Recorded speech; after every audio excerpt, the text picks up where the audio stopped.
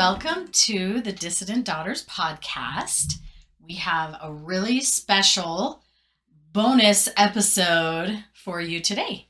I am going to be interviewing a special guest, and I'm going to let her introduce herself. So, go ahead. Hello. I guess the name that I'm going by in the podcast is Jezebel, because she was a Bible character who, according to Google, represented feminine evil, and I thought that was pretty cool. She was like a false priestess, and yeah. And you liked that. I thought that was pretty cool. And that's just like you, right? Oh, yeah, definitely. So Jezebel is my daughter, and she's going to talk to us a little bit about her experience, her life, growing up in the church, the things that she experienced from like the perspective of, being my daughter. I told my introduction story, and a little bit about me. So we're going to hear her perspective and her story of leaving the church as well. So let's get into it. Okay. Well, if you know my mom's story, it's pretty much I grew up in the church, and I was very much, I believed in it, very true believing. It was a big part of my life, and I really just wanted to be as good as possible. Mm-hmm. I was a total perfectionist. All I wanted was to make everybody happy with me and make everybody love me and be proud of me. And the church made that very easy, because if I did everything they told me to, then everyone around me was like, "Oh, you're so good. You're such a good example." I'm, and that's all I wanted. So I did my best, and I went to church, and I did my callings and all of that.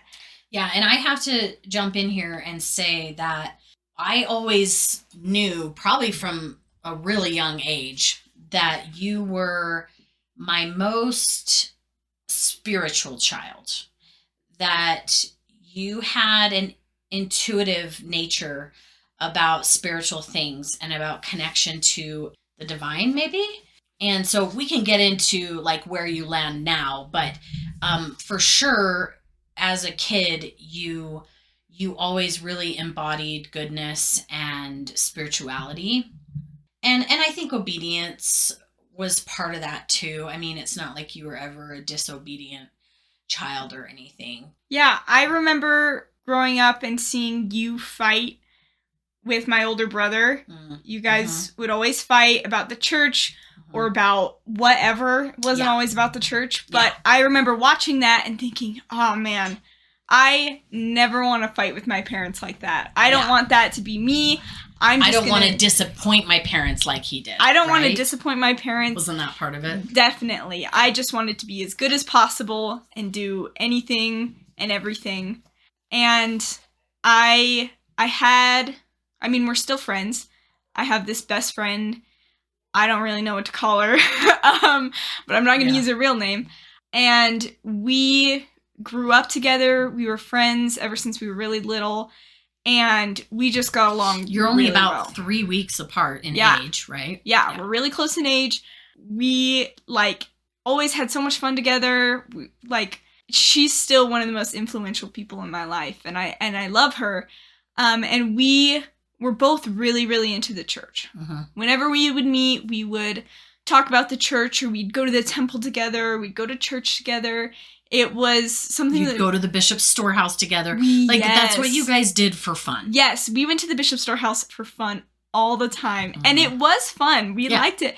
And we just really loved the church. And she was a big part of me being in the church and staying in the church and keeping it as a big thing in my life. Yeah. I think the judgment, if I had fallen off the wagon at all, from her would be a lot to take. Mm-hmm. And she kind of inspired me to keep being spiritual. And, when I had problems or when I had doubts, she was there to kind of help me and guide me. And same with me for her. And so that was a hard thing, leaving the church. is explaining it to her Uh-huh. because she just didn't understand.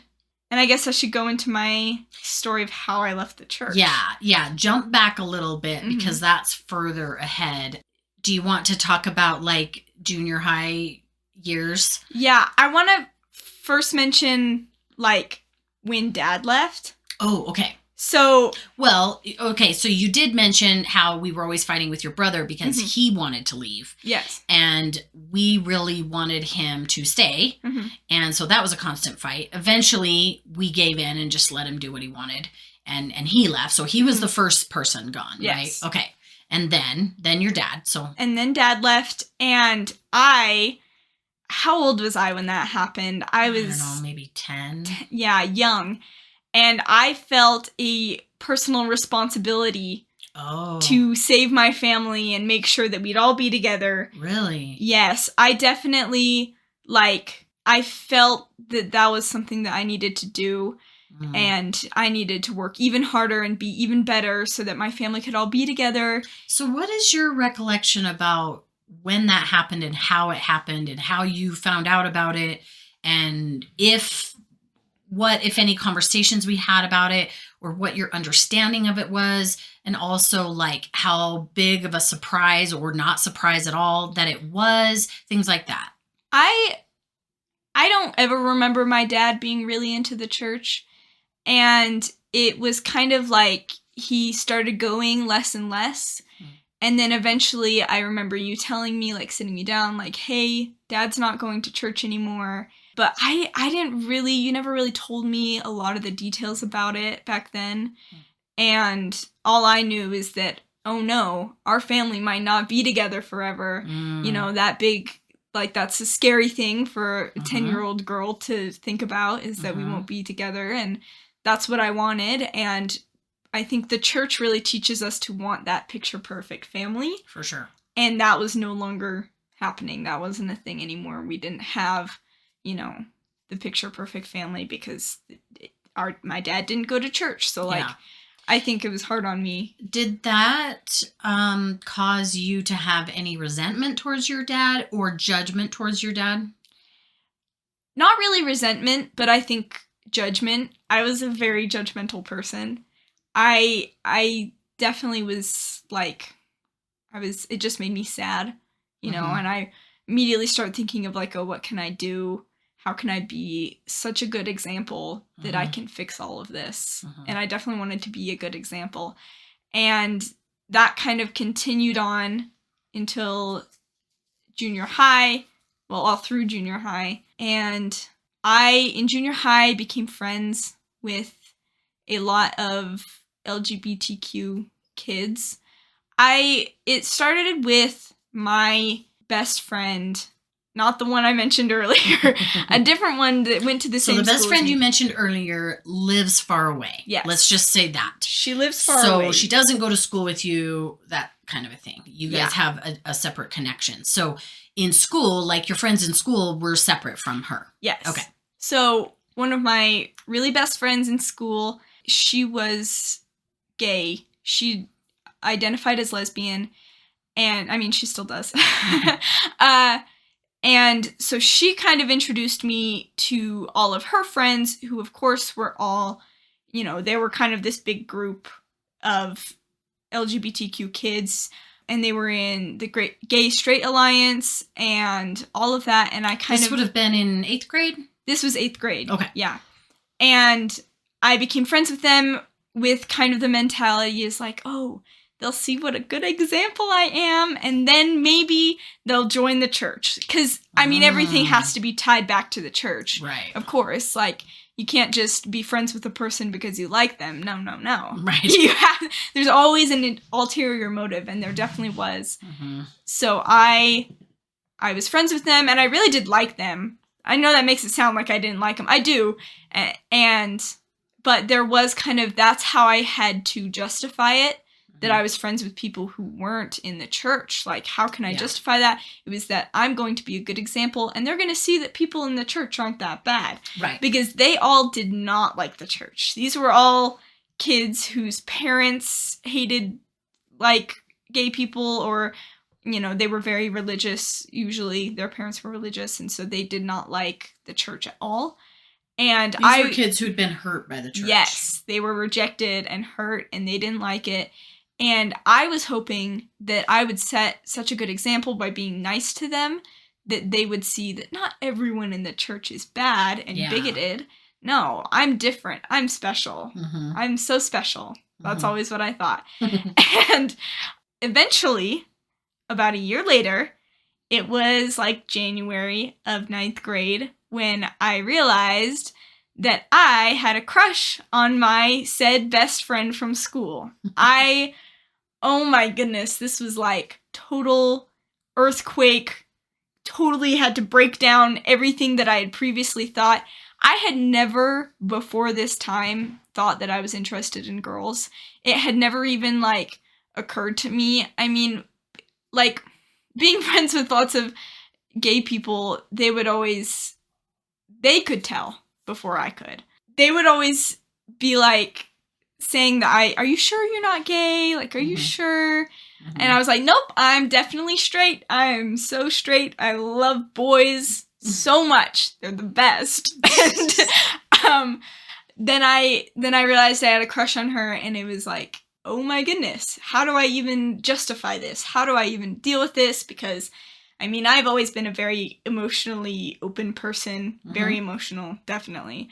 And I couldn't just like deny how I was feeling. Like, I didn't even know how to do that. Like, it was like, this is a huge thing, and I would think about it all the time. Like, what do I do? Like, and I definitely remember trying to pray the gay away, like, every night for like a long time, like 30 minutes at least. 30 minutes to an hour every night, praying like, hey, make this go away or help me deal with this. Like, what do I do?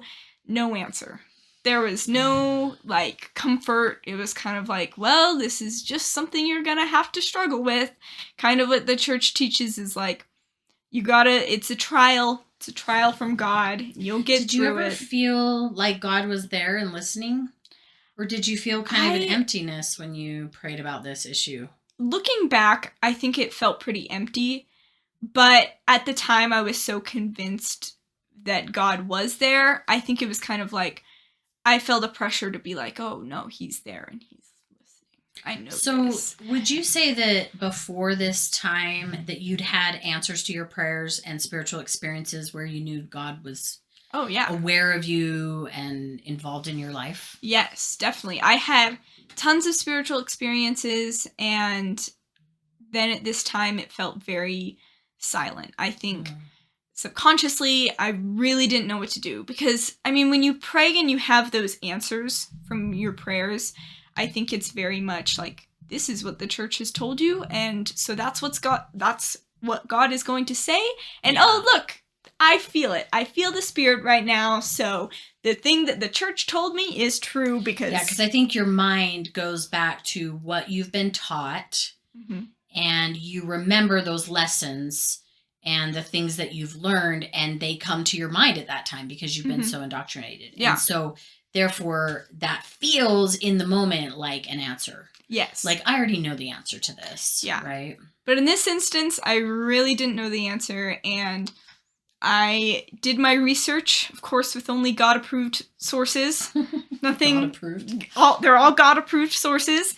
And it was a slow evolution. Sorry. Yeah. Explain that to me. Doing your research. What does that mean? Explain. So, I would ask, I think, like, mainly I remember asking my seminary teacher. Okay. At the time, in 9th grade, and... This was, before I actually asked a person, it was a while, because I didn't want to admit it to myself. So there was a long time of, like, me having to admit it to myself, and then eventually being like, yes, I do have feelings for a girl. And then it was kind of like, reading your scriptures, reading, I don't know, talks from, like, prophets and all those things, and kind of figuring out. Were you looking for like specific teachings about gay people? Kind of. I was looking for what I was supposed to do. Because I don't really know what I believed about gay people, but it was definitely like it kind of slowly got broken down from gay people are bad, or it's just a phase, like, but then when I started making friends with these people, it was kind of like, okay, they're not that bad. Mm-hmm. They don't do bad things all the time. This is kind of this is making me question what I've been taught, like, oh, you know, and I kind of, I don't know, I broke it down into this is okay. It's okay to be gay as long as you don't act on it. Can't act on it at all. And that's what I kind of decided, like, oh, this is what I'm going to do. I'm going to be okay with being gay, but I'm not going to tell anyone, and I'm not going to act on it. Then it kind of, that's a really hard thing to do. Mm-hmm. I was never good at keeping secrets. It was not very long. It's not like I went years without telling anybody. This was over the course of like 5 months maybe, mm-hmm. between like realizing I was gay and being open. But I'm trying to remember how it all went down. Go back to when you talked to your seminary teacher. What did you ask him, and what did he say? So I asked him, I mean, I obviously didn't say anything about me being gay, but I told him, I was like, hey, I have friends who are gay, and I was wondering, like, is it okay for gay people to date as long as they don't get married? Because I know they're not supposed to get married in the temple, but is it okay for them to just date as long as they don't act on it? And he was like, no, that is not okay. Gay people shouldn't be dating. This is, you know, and it was a very, very soul-crushing conversation because it was like, yeah, no, this is not okay. I'm not allowed to act on it. And I, for a while, was like, okay, I'll just not act on it and it'll all be okay. But that didn't last very long because I eventually told someone. The first person I told was my sister, my older sister, and it was, I'm trying to remember how the conversation went. She kind of asked me. It was not like a, hey, I have to tell you something kind of conversation. It was like, I'm pretty sure she asked me. She was like, are you sure you don't like girls?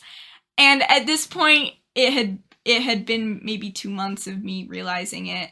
And I was like, I remember just like sitting there and like looking at her because I'm not a good liar. I cannot lie to anyone for the life of me. Yeah. And I knew that if I said, no, I'm super straight, she would know I was lying. And I also didn't ever feel good about lying. I never wanted to lie about it.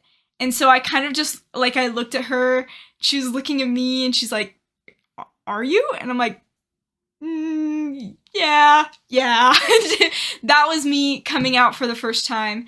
And then the first question she asked after that was, is it your best friend? And I was like, yeah, is it that obvious that I like her? Mm-hmm. And at that time, this best friend that I had a crush on had a girlfriend, which I thought was great because, oh, I don't even have to, like, do anything because, you know, right. She's already dating somebody else. She's already dating someone. And obviously, you know, we're already in 8th grade or 9th grade.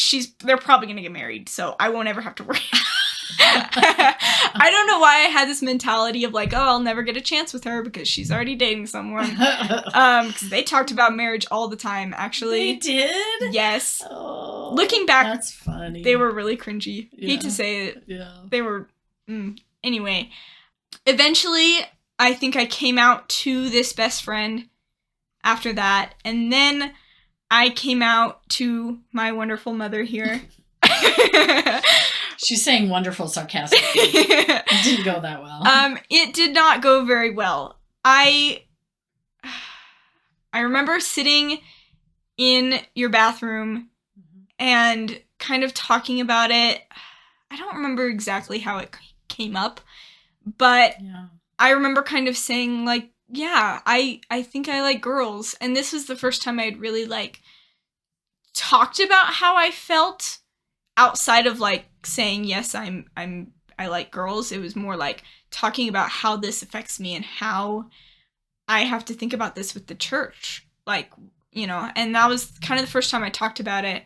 And you had kind of said, like, you won't be as happy with a woman as you would be with a man. And really, I said that. Yes, you said you can never be as happy because you won't be married in the temple. And and I think I'm not good at remembering things. Part of my memory is that I tried to convince you that you weren't. Yes. I was like, are you sure? Mm-hmm. Do you remember that? Is that? Yes. Because that's my memory, but it could totally be wrong. And don't be afraid to tell the truth about my reaction and stuff. Because I think people can learn from bad examples. Yeah. So I think initially you were like, no, I don't think so. I think you're being influenced by your friends, and are you sure? Are you sure you like girls? Because I don't think so. Mm-hmm. And I mean, I have to. Did you have any idea, like, beforehand, before I told you? No. Literally the only kind of moment in time that I recall is when your friend, your first friend that you talked about, that was very religious with you, she went to her mom saying, I'm worried that Jezebel might be gay. She was very concerned for you. Mm-hmm. And so then her mom reached out to me and told me that. And I was like, no, she's not gay. She just has gay friends, Yeah. And I'm like, tell your daughter to stop stressing out about it. She doesn't need to worry about it. But I mean, that was like almost a year before that. Yeah, it was before I even knew. Yeah, and I didn't have, I never saw any signs. I was very proud of you for being so loving and accepting of the gay community and having gay friends. I always thought that I was pretty gay affirming and that, I wasn't judgmental of gay people. Mm-hmm. I felt like I was an ally.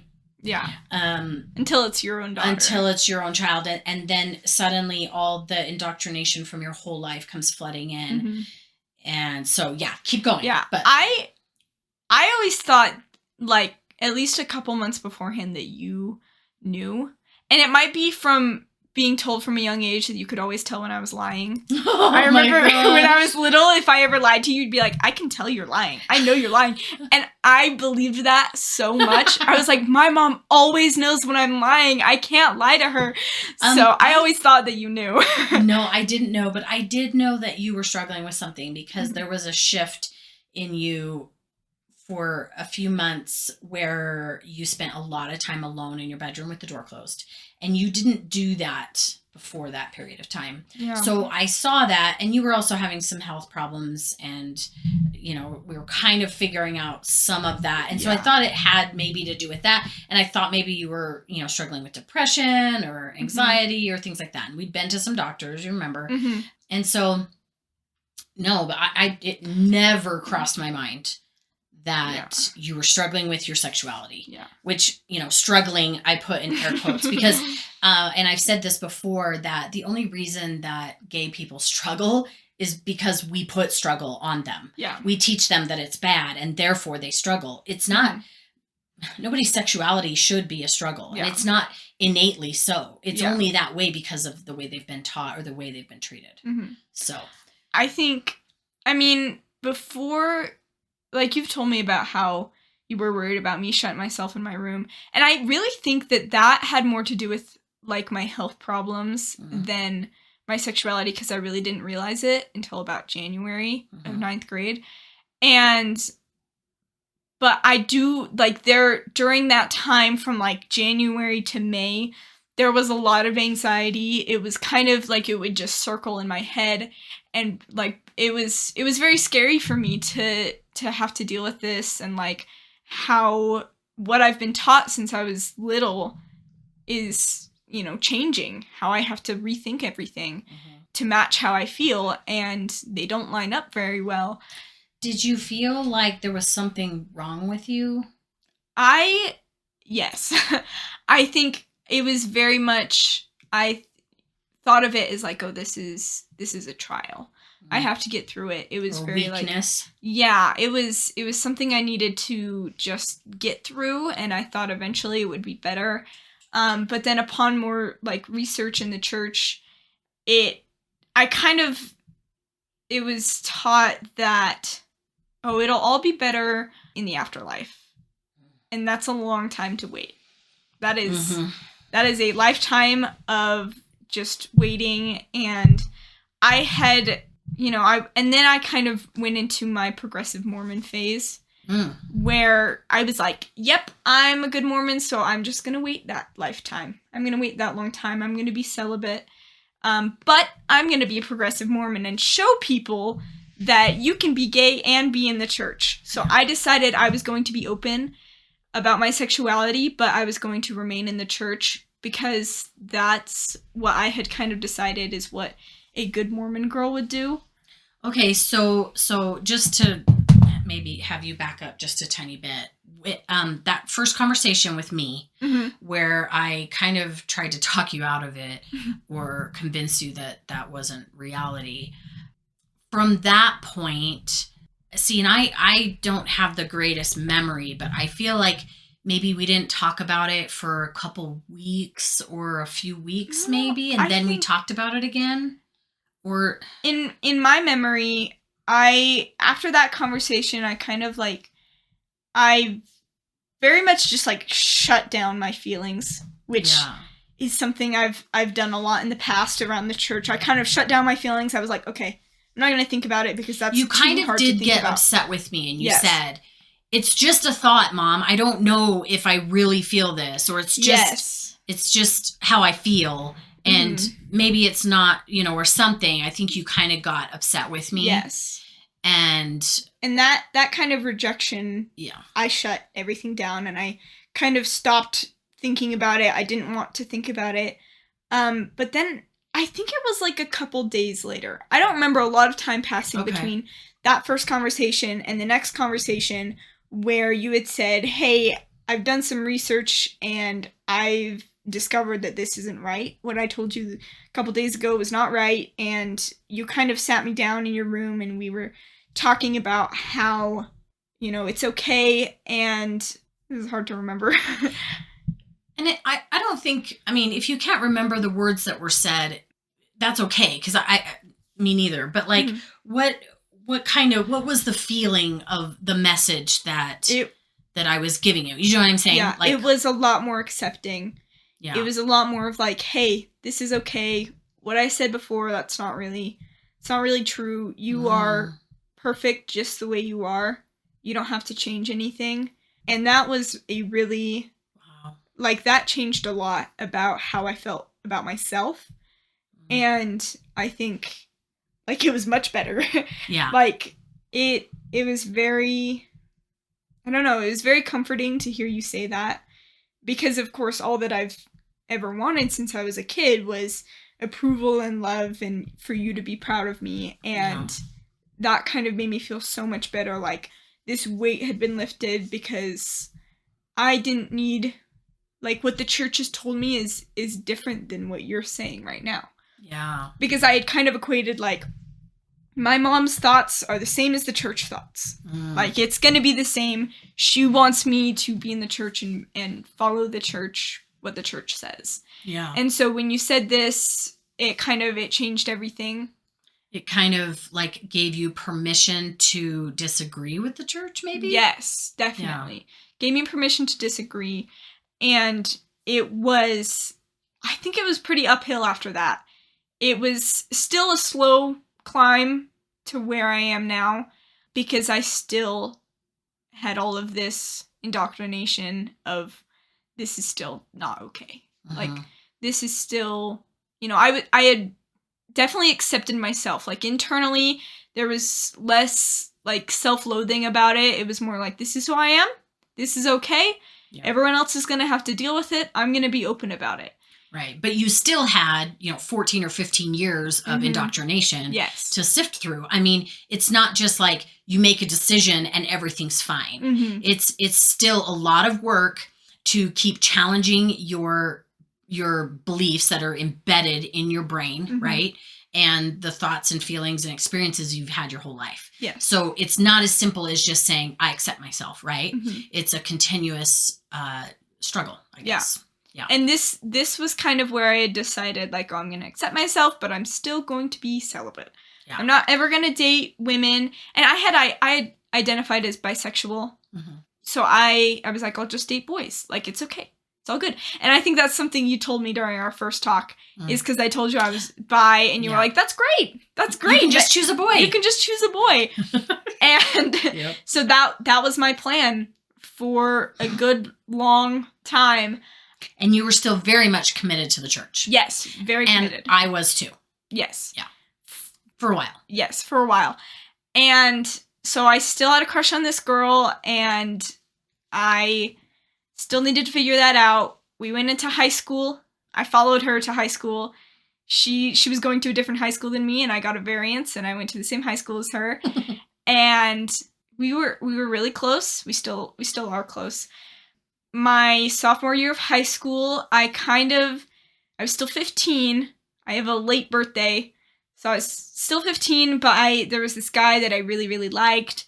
And he really, really liked me, which is the best part, obviously. That's all you want, is some guy to like you.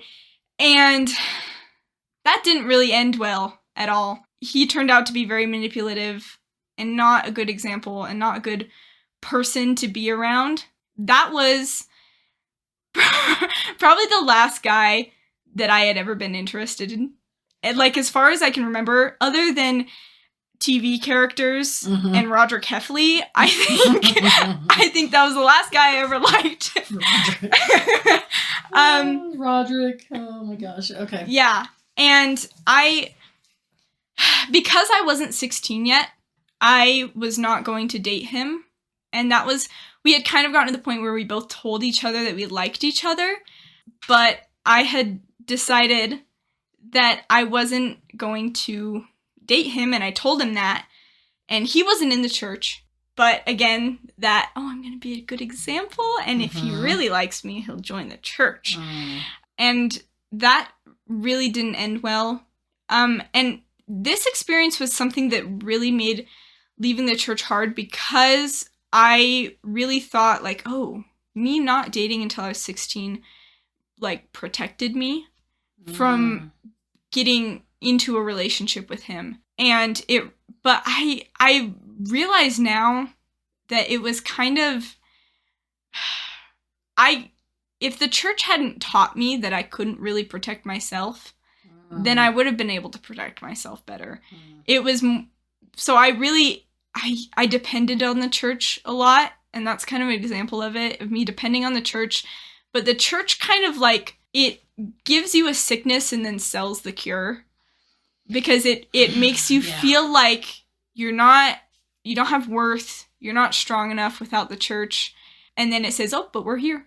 We're the church, so and we'll fix it. We'll make you whole. Yes, as long as you always depend on us, you'll be fine.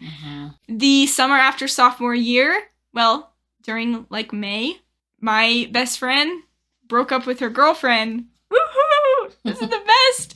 Because then during that summer, in about July, we started dating. And we dated for a couple months, and then we broke up. But that was a big thing, because I'm still, like, very slowly, picking and choosing what I want to believe in the church. And when she broke up with her girlfriend, it was like, oh, this is actually an option now, because before it wasn't an option. There's not very many, like, there were not very many gay people that I knew that I liked. Yeah. So, like, dating a woman was never really an option, but now it was an option, and she really liked me, and this was an opportunity, and I, without fully, like, thinking about it, I took the opportunity, and we dated, and I didn't really take in the church as a thought, I guess. I didn't, that was a weird way to say it. You didn't consider the church in that decision? Yes, I did not consider the church in my decision, because I knew I wouldn't like the answer. I was mostly out, and I think... You were mostly out of the church by then? Well, I think I wasn't I mean, this was 2020. Yeah, it was 2020, so we weren't going to church. Yes, we had stopped going to church, and we didn't ever do any of the home things. Yeah, because it was the pandemic, Mm-hmm. and they were not holding church anymore. We did have, I remember at least one time where we had like somebody come over and give us the sacrament. Oh. Because Dad couldn't do it. So I remember that once, but how this like coincides time-wise with my leaving the church was, my memory is that I was pretty much out by about May of 2020.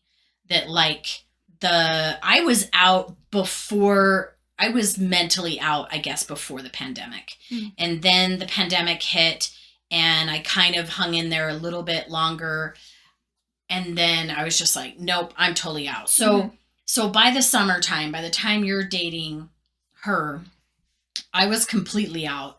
Mm-hmm. And I think I was still saying to you that you have a choice. You get to choose what you want to do. Mm-hmm. But I think I was starting to say little things here and there, like, you need to know this about the Mm-hmm. church. You need to know this about the church. You Yeah. need to know all the history of them fighting against gay rights. And Yes. you need to know all the history about the abuses in the church and, the lies and the secrets and the things that they don't tell you about, right? Mm-hmm. So I was kind of slowly Yes. telling you these things. Mm-hmm. It was a really weird time because I feel like I didn't want to like poison you against the church. Mm-hmm. But then I also was like, but she needs to know the truth. Like, this is the truth, whether or not, like, I was still totally willing to let you make a decision Mm-hmm. about what you wanted to do, but it had to be an informed Yes. decision. Yeah. And so, I think that sometimes people think,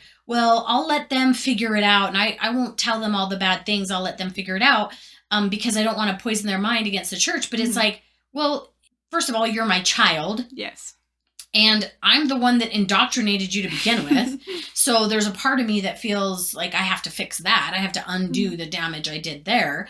Also, I was dealing with recognizing that whatever self-hatred you ever felt was because I taught you that, right? Well, and the church. But I mean, I'm fully responsible for putting you in the church, right?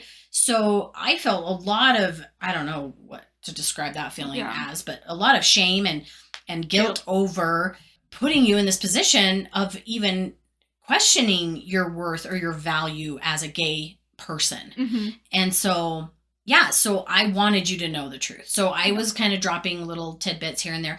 Did you, I guess there were no activities, there was no church going on. So it wasn't really. The pandemic made it really easy to leave because I kind of learned like, oh, I'm living just fine without going to church and without going to all these activities. Like, everything's fine.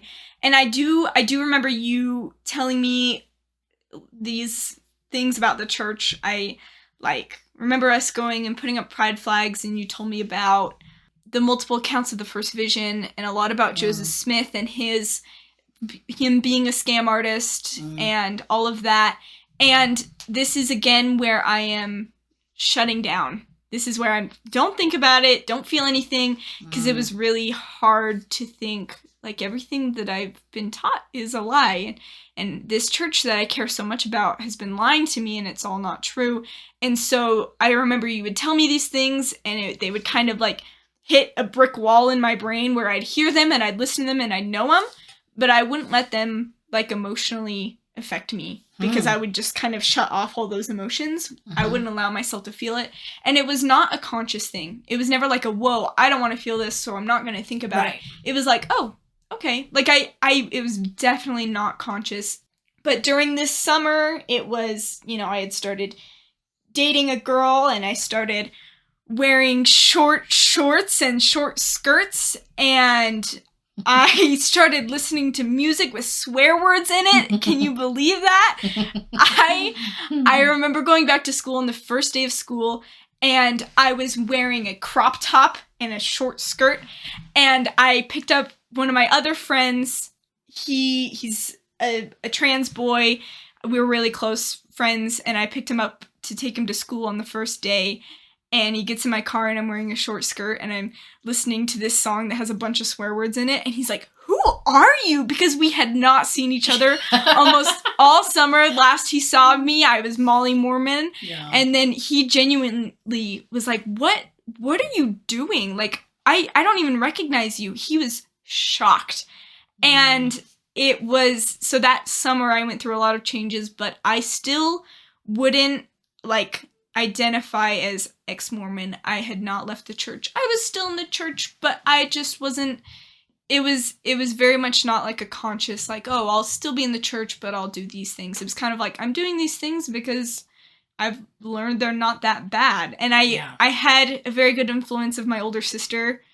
Some might say it's a bad influence, but I definitely, she influenced me leaving the church because she was kind of the only person that I knew that, like, because she wasn't super open about being out of the church, but she definitely wasn't, like, committed to the church. She was never committed to the church like you were, right? So it was very easy for her, like, the minute we even started talking about, you know, having a choice of whether you're going to stay in the church or not, she was like, I'm out. Yeah. Peace out. You know, and literally never looked back. Never, I don't think, gave it much thought at all. Yeah. So she was kind of this influence of, like, this feels okay because she's still in the church, kind of, but she still does all the things that a normal teenager does. She wears short shorts and she swears and all that. I had not sworn at that point. I'd never said a swear word, at least not intentionally. Wow. And it really was like months after leaving the church because there was a lot of still shame about it. Yeah. Because there were some things that were easier and some things that were harder to get over.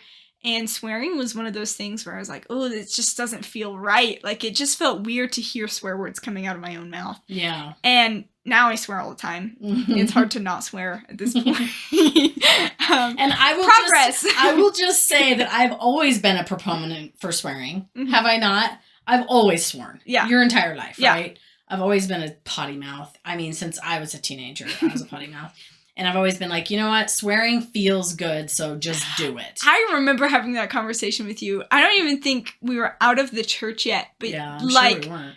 I think some song was on and it said the H word. Oh my goodness. So bad. You were like, Jezebel, it's okay. You can, like, swearing's fine. It feels good. And I was like, that's exactly what Satan wants you to think. I remember saying that exact thing. You said swearing was okay, and I said, that's exactly what Satan wants you to think. Wow, yeah. Do you remember that? I think I do, yeah. Yeah. But I think the final conversation about the church that was really like, okay, I can't justify being in the church anymore was, I remember we were in the Smith's parking lot, and we just got out of the store, and you were talking to me about how can the prophet speak for God, but they can also go back and take back what past prophets have said. And that was like a really like, oh, that's so logical. How do I like justify that? Because a lot of the things I was like, oh, well, you know, like justifying it in my own head. I think this is when I was reading the book Gay Rights in the Mormon Church, and I was recognizing how many times their stance on gay people changed. Like, you know, there was a time when they said that people were gay because they masturbated too much, or people were gay because their dad wasn't involved in their lives enough, or people were gay because, or whatever, I don't know, a million different things. And then also that, oh, electric shock therapy will turn you not gay, and all of this stuff. And I remember, you know, reading that book and going, okay, they've been wrong so many times. What makes us think that they're right now? Yeah. So you told me all about that, about how the prophets can't really speak for God. And I mean, man, if the prophets can't speak for God, then like everything in the church is wrong. Right. You know, and you also told me about like all the massacres and killing of the Indians and like innocent women and children, and only keeping the ones that were under 8 years old. Yeah, the Mountain Meadows Massacre. Yes, that one. And from that point, I was kind of like, you were like, this is still your decision, but I really can't have you I don't know, you kind of said, like, I can't have you in good conscience in the church. Yeah, blindly following Yes. if you don't know these things. Yes. Yeah. And I remember being like, okay. And that was it. I was like, okay, I'm not in the church anymore. I don't think I said that to you, but I think later that night I was like, okay, yeah, I'm done with this. But it still took a while for me to fully, like, identify as ex-Mormon. Like, I'm fully out. It was really difficult to do, but I had still I had started drinking tea. I was no longer, I know, so bad. I was no longer doing any of the things that the church You told me dropped out to of do. seminary. So I did drop out of seminary. I think you only went to one day of seminary Yeah. in your 11th grade year. Yeah. And after one day, you're like, I don't think I can do this. Yeah, well, I think before I even went to seminary, I was like, I don't think I'm going. I'll try it. I'll go to the first class. Yeah. And I go to the first class, and I remember the seminary teacher was like, hey guys, I'm going to have you each write, like, a letter to me telling me about yourself. And I was like, hi, my name's Jezebel. I'm probably not going to come to this class ever again, so... You said that in your letter? I did. I said that. I was like, I'm probably not ever going to show up, just so you know. Wow. Yeah. And then I didn't. Did he ever reach out to you or respond? Because I never went back. That was the only time I ever saw him. Oh my gosh. I've said some rebellious things to my seminary teachers. Yeah, I remember asking my seminary teacher sophomore year about how the family proclamation was just written so they couldn't allow gay people to get married in temple in Hawaii, or get married at all in Hawaii. And he was like, oh, I didn't know that. And I was like, did you know it was, like, written by lawyers? And it wasn't actually, like, they very conveniently had a vision just right after saying that they didn't want gay marriage in Hawaii. And he was like, oh, I'll have to look into that, which is always what they say. There's, I'll have to look into that. And I think you've talked about the time when I went to the bishop and talked about tithing, how my tithing is going to lawyers who are fighting against my own rights. And then I stopped paying tithing. I'm pretty sure I brought him cookies that time too. You did? Yes. You brought the bishop cookies? Yes, because we needed him I needed my temple recommend. Oh my god. Maybe that was a different time, but I remember bringing him cookies so that he would give me a temple recommend. And he did. Oh, that was funny. So I needed to go to the temple with... That was probably a different time because that would have been 2020 and all the temples were closed. But anyways, yeah, that's funny. So you're not afraid to bribe? Yeah, nope. Bribe the bishop. We had a really great bishop though. We did. Yeah. He responded as well as he could have, right? Given the circumstance. I mean, him and I had multiple conversations about you and about my activity in the church going forward and my beliefs and my struggles and what I didn't like about the church. And I was very open with him, and he never tried to talk me out of it. He never tried to tell you that you couldn't be who you were. He only gave love, right? He was just like, we're going to love you exactly as you are.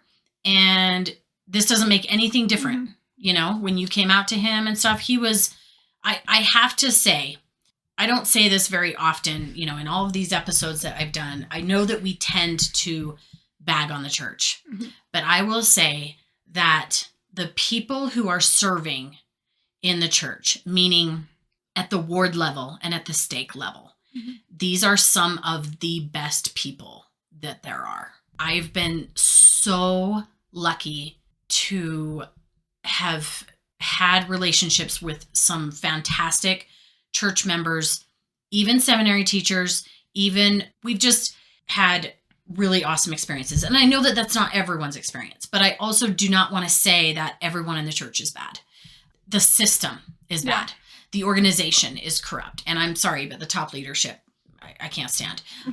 But all the regular people in the church are some of the best people there are, right?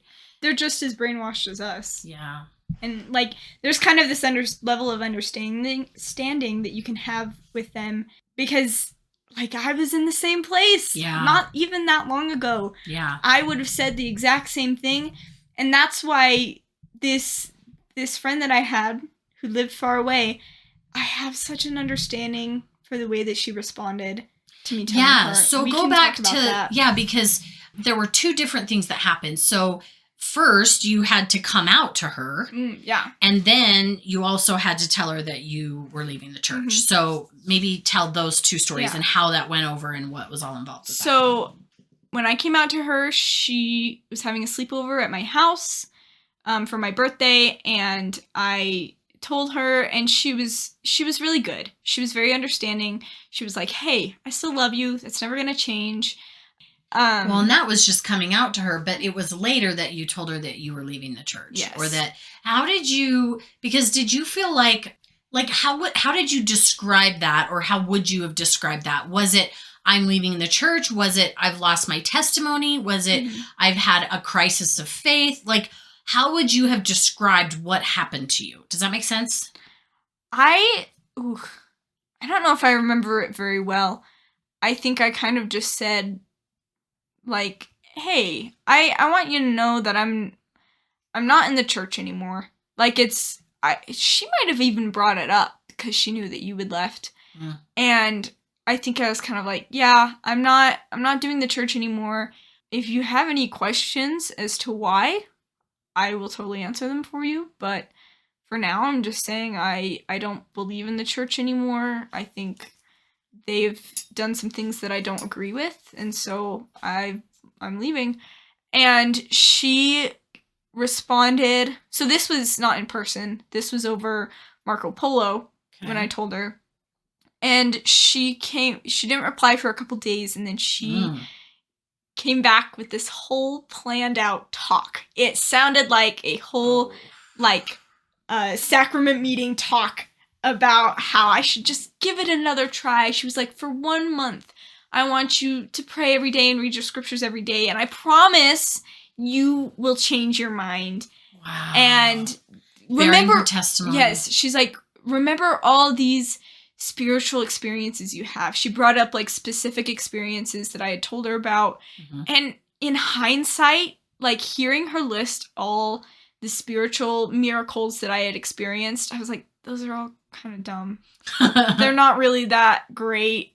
A lot of them were either like coincidence or like really, like, I mean, when you're in the church, it's like, oh, it's a miracle, just like the prophet talks about. Yeah. Just like you hear in general conference, it's a miracle. Yeah. I'm going to say this in my talk next time the bishop asks me to talk in sacrament. Like, it's a miracle. I think at that point I had talked to you about elevation emotion, hadn't I? Yes. Where we talked about, it's just like they teach you to think that any, emotion that you feel, that's telling you the church is true, And I think I brought that up to her in my response, like elevation emotion, but I think I explained it in a really bad way. Mm-hmm. I don't think I got my point across very well.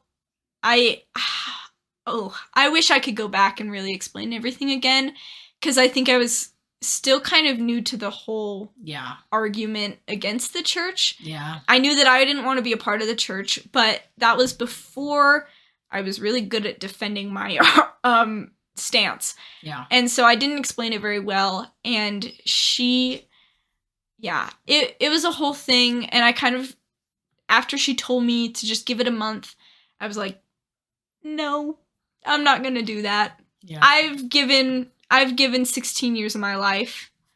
I think that's enough. Yeah. I don't want to waste one more month. Yeah. I want to just like get on with it, go on with my life. And we had a couple of more talks about it, and I think like the most recent one was this last summer, but I think we've since kind of decided like, hey, we're never gonna agree. Like, this is just kind of getting in between us. Mm-hmm. We're arguing about it too much. We're not going to talk about the church anymore. So we don't, but at least not in like a way that it's like, here's my argument. Okay, where's your argument? Yeah. I'm trying to change your mind kind of way. Yeah. But she's told me like her response to the elevation emotion argument was like, well, because I kind of explained it as like, oh, it's a like chemical reaction in your brain, like it's just an emotion. And she's like, well, love is an emotion, so does that mean love's not real just because it's an emotion? And I'm like, well, I mean, yes. No. I didn't really know how to respond to that at the time, but yeah, we had lots of back and forth, lots of arguments, And I think we were both just getting our feelings hurt, so we Yeah. decided we're not going to talk about this anymore. Like, And I think the same thing happened with her mom and I, because I said too much to her mom, and her mom and I, our relationship is very strained, actually. We've tried to repair things a little bit, and I would say that we can have a conversation and not talk about the church and be fine. But also, I think I've changed too much in the last 2 years. There's kind of no going back to some of those relationships that maybe were really strong at one time, because I'm too different. We see things too differently, and it's not just about the church. It feels to me like this relationship that I have with her mom is too far gone, like to really repair or make better. I think I'm better at setting boundaries and saying, like, I am only going to spend time with the people I genuinely want to be with. And I get, and I get to choose that. And I'm not going to have relationships out of, guilt or whatever anymore. So that's a total side note. But so in kind of like closing, let's just kind of wrap this up, because we're about at an hour. I would kind of want to just get like maybe a summary of how your life has changed since making that decision. Like, in particular, your closest relationships, but also your, like, how you feel about yourself and your mental health, and whether you feel like, you've lost anything or gained anything since leaving the church. I think in terms of what I've lost and what I've gained, I think I've gained a lot more than what I've lost. And that's saying a lot, because I've lost, my whole community, my whole reason for living at the time. That was my whole reason for living. And, I've lost at least a closeness with that friend. And we still get along, we still have a good time, but it's not the same. Because there's kind of a barrier between us. But I think the relationship that I've gained with my family has made it totally worth it. We're so much closer now, and because we're able to be real, and we're not hiding things, we're not trying to seem perfect, because I really wanted to seem perfect. And now, like with my siblings, I can just be real. And they're like my best friends now. Before, I did not really have a relationship with my siblings, because I was seen as kind of like the narc of the family.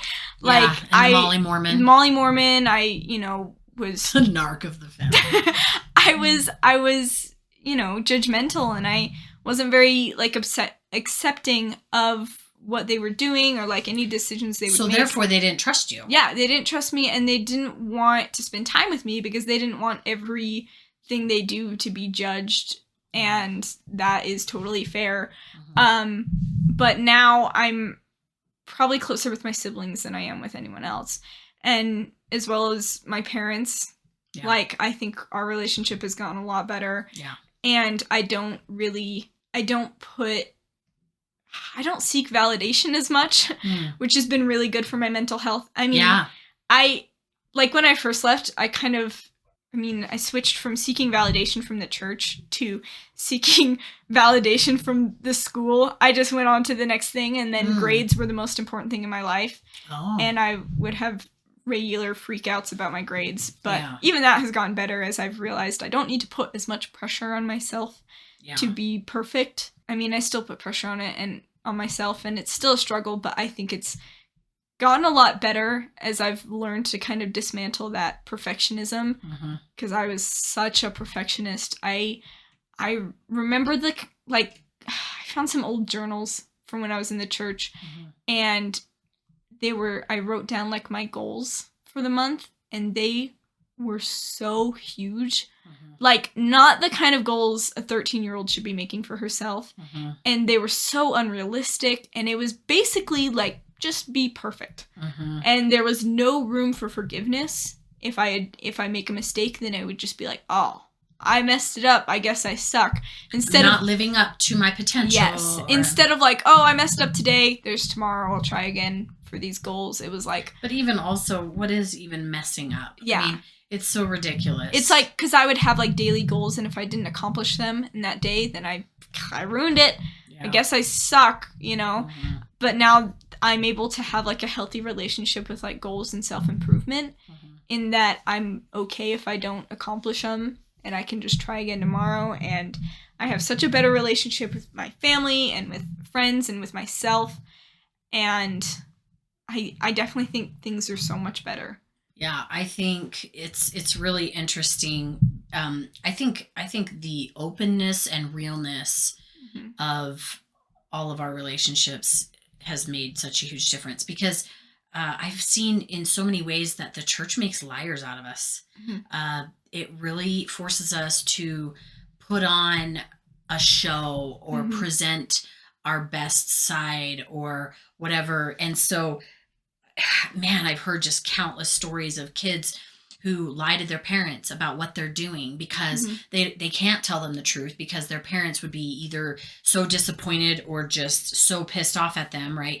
And so, like, just an example, one of my best friends who's in the church, and you know, I would see her as probably a really great mom. I mean, I've always just thought she's such a good mom and she has a great relationship with her kids.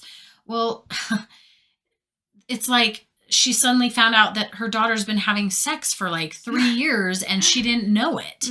And my first thought was, how could you not have known that, you know? And like, I could have told you that, like, that was obvious, but, and there's nothing wrong with it. That's a big part of it, is that her daughter was afraid to tell her because she would have been shamed. And my friend was really disappointed in her that she was having sex, and that, and her assumption was that her daughter must have a low self-esteem.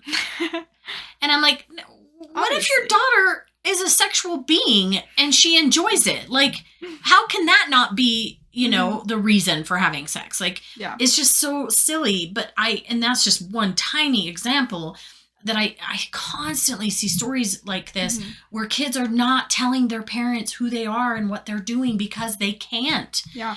And I've always had that relationship with my mom where she could never know who I really was. She still to this day doesn't really know me. Because I've never shared myself with her. Yeah. Because she wouldn't understand. Or because she has certain expectations of who I'm going to be, and I'm not turning out to be that person, you know? Yeah. It definitely, like, hiding who you really are puts, like, a wall up where you can't get close to people. Yes. And that's kind of been my experience with, like, coming out. Because there's still people that I haven't come out to, and it feels like I'll never be close to them. And I think we could probably have a whole episode about coming out to people. Yeah. Because I've had great experiences and I've had not so great experiences. Yeah. And also like what it's like to be in the closet. Because that's a whole, it's interesting. Yeah. It's weird stuff. Yeah. But we could probably have a whole episode about it. Yeah. And yeah, just like being open and real with people is like life-changing for your relationships. It really is. Like, ever since leaving the church, I feel like a person. Like, I have my own thoughts and emotions and opinions, and I don't have to make every decision based on what would Molly Mormon do. And now it's like, what do I want to do? Yeah. I get to do whatever I want. What do I want to do? And there's not necessarily one right and one wrong decision. Yes. That's part of it, too, is there's such a black and white thinking in the church, and if you don't make the right decision, then you've done the wrong thing, you know? And now I have this attitude of like, well, just choose something and you'll figure it out. If you decide down the road that you didn't like that decision, well, then make a different decision. Yeah. That's all you do. And it's not a big deal. It's not like you made a mistake. Every single choice you make, you learn something from it. I was so paranoid about making decisions because I thought there was only one right way to do things. Right? It was like, what did God want me to do? And then it's like you'd pray and then you wouldn't feel an answer. And then you're like, oh, I just have to pick something. Oh. And it would just totally stress me out. When in reality, like, it's just a decision. Like, do it. And then if it's wrong, or I don't even think there is such thing as wrong. But if you change your mind or if you realize like maybe that wasn't the best path to take, well, then take a new path. Yeah. And it's not that big of a deal. It's not like I feel like in the church, it always felt like everything was life or death, or like you're going to hell if you don't do the right thing every moment. So yeah, that black and white thinking made like decision making impossible because there was a wrong answer. And even like after leaving the church, making very simple decisions was really hard. Because it's like, man, I don't have a manual that tells me every single answer to every single decision. Because when you're in the church, you have that. You never have to make decisions because there's always a right answer. And it's in this magic book. And, you know, there's always someone to tell you what to do, what to think. Yeah. And, like, leaving the church, you have to decide that for yourself? Yeah. What? And especially, like, I think the older you get, the more difficult that is because, you know, you leave the church and suddenly you're like, oh, I'm starting from scratch. Yeah. When most people, normal people, are able to make these decisions gradually as they grow up. But instead it's like, I just left the church and now I have to make up my own mind about every single thing. Yeah, try being a 45-year-old when you leave the church. Yeah, exactly. I have that many more years ahead of you of indoctrination and brainwashing and completely subverting my power and my own individual authority over myself. Like, that's never been a thing until now. Yeah. You know, and I've lived, hopefully I get to live another 45 years. I don't know. But, you know, it's like I've lived all this time and I try not to have regrets about all of the time wasted, you know, on some of these silly things, but because I still have had a really good life. But it is, one of the things I'm the most proud of is that my kids are all out of the church and that they're all thriving. And so I love like hearing your story and having this conversation because it just really makes my heart happy because it's like, okay, yes, I brought you into the church, but I also got you out. So I'm proud of that. And I'm proud that the toxic culture and the perfectionism and all the hard things that go along with the church, they've ended with us. And you're not going to pass that on to if you have kids someday, which you don't have to have, you know, like, isn't that such a beautiful thing that you get to choose? There's not this perfectly prescribed path that you have to follow now. You get to do whatever you want and you get to live your life authentically. And yeah, you have, you know, some years of indoctrination to unravel and to get rid of, and that's still going to take time. And the church will probably always be a little part of you, but there's part of me that is just so proud of the fact that I figured it out and that you guys figured it out and that you're out and you get to just, you're thriving so much. Like, that's the thing is like, I think people in the church, they make you fear so much about leaving and that people who leave, they will go down these dark paths and their lives will be ruined. Well, show me. Yeah. Show me what's bad about our lives now. Yeah. There's nothing. If anything, it's just gotten way better. It's definitely not gotten worse. And you know what? There's still going to be hard things in life. Life is 50-50. Yeah. We're still going to have hard times and we're going to have good times. But guess what? It's never going to be God's fault. It's never going to be our fault. It's never going to be like we're pointing a finger at you sinned and that's why you're having a hard time in your life. Like, we just don't think that way anymore. And it's such a relief. I think in the church, we're trained to like show everyone how happy we are because, the church makes you happy. And if I show that I'm sad, people won't see how happy I am in the church. Yeah. That was a big thing. And the church teaches you that if you're not happy, it's your fault. Something's wrong with you or you're not living righteously enough. Yeah. So people put a smile on their faces and act like everything's great because they don't want anybody to know that they're not perfect. Yeah, I mean, I swear we could go on and on about this forever, and we'll most likely do more episodes and have more conversations about this. So I love being able to kind of interview you and have you tell your story, and I think it's really beautiful, and I'm really, really proud of you, and I just love you. Love you too. To the moon and back.